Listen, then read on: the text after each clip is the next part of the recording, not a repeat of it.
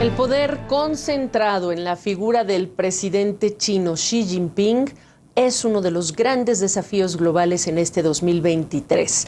Así lo considera la consultora Eurasia Group y lo ubica de hecho como el segundo mayor riesgo global después de Rusia. Explica además que del 20º Congreso del Partido Comunista de China en octubre pasado, Xi emergió con un poder sin igual desde Mao Zedong.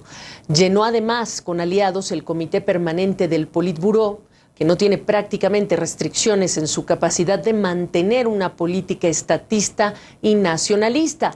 Pero esta consultora agrega, también ante los pocos controles y equilibrios que quedan y sin voces disidentes, la capacidad de Xi para cometer errores también es elevada. Y por ello, la incertidumbre será igualmente elevada en esta China de Xi.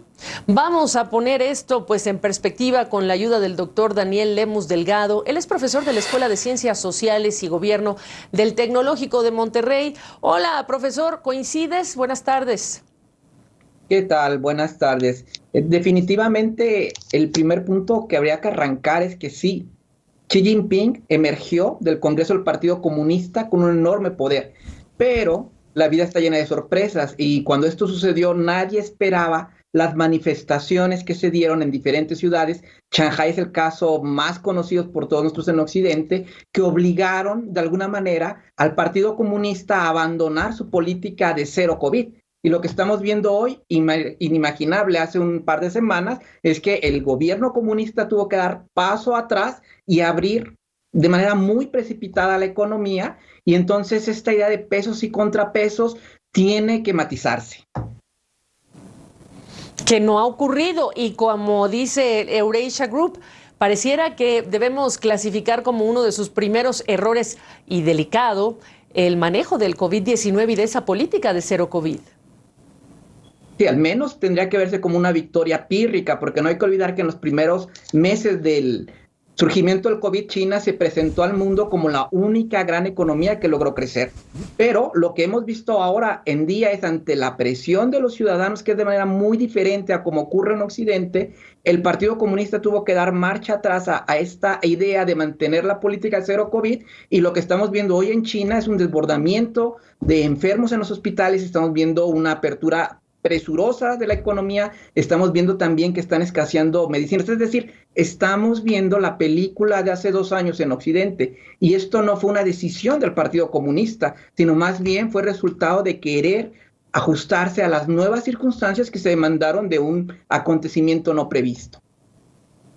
No solo eso, ahora me hace pensar también en la posición de la propia Organización Mundial de la Salud, tan criticada hace 3 años por no hablar de esto como una emergencia de salud pública, de preocupación internacional antes de tiempo. Y ellos decían, esto es por presión de China. La historia se repite, profesor.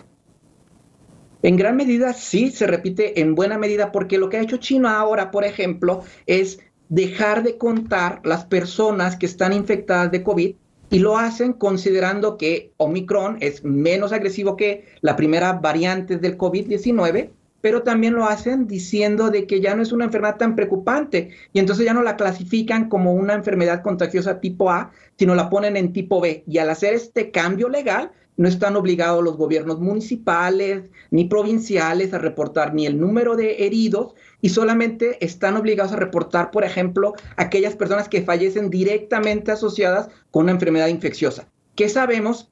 La falta de transparencia en China no nos permite saber cuántos son en realidad. Exacto. Hablamos ya de la presión social, pero viendo desde afuera, viendo a China como la segunda mayor economía del planeta, pues los ojos están puestos ahí. El mercado de materias primas está pendiente de determinar si este COVID-19 es un evento negativo en relación con este hambriento, economía hambrienta también de materias primas y demás. ¿Cuál es su pronóstico?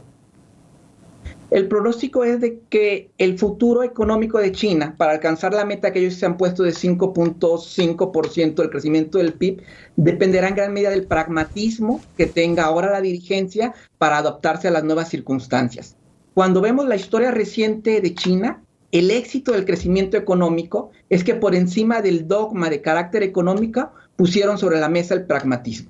Y está hoy el gobierno chino en la misma circunstancia. Serán pragmáticos y se darán cuenta de que es necesario apostar nuevamente por una economía de mercado de tinte, sí, comunista, con características chinas, pero al final apoyar a las empresas o, por otro lado, seguir con el control férreo de la economía. Si el gobierno chino tiene la capacidad de leer adecuadamente las nuevas circunstancias, imponer el pragmatismo sobre el dogma económico, seguramente alcanzarán esa meta.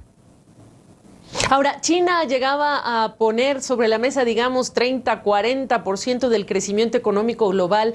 El Fondo Monetario Internacional dice no va a ser más el caso. Veremos crecimientos de 3%, 3,7% en el mejor de los casos. Preguntarle por el vínculo con Estados Unidos, estas dos grandes potencias económicas también, militares también, ¿de qué tanto depende ese crecimiento chino en relación con Washington y su relación con Beijing? Y recuerden que la economía en China tiene dos pistones. El primer pistón es su vinculación al comercio internacional, pero el segundo pistón al cual está apostando ahora el gobierno chino es el crecimiento del mercado interno. Y por ejemplo, en los últimos 4 años, más del 51% del crecimiento del PIB fue justamente este mercado interno.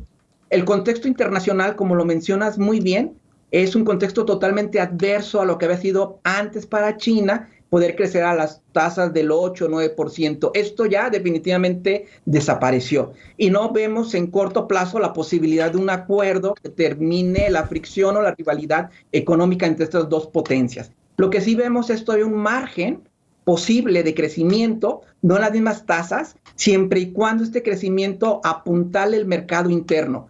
Y apuntalar el mercado interno significa nuevamente ser flexible. Por ejemplo, no bloquear el crecimiento que habían tenido las empresas tecnológicas en China, claro, que los últimos 2 años fueron duramente perseguidas por las nuevas legislaciones en este país.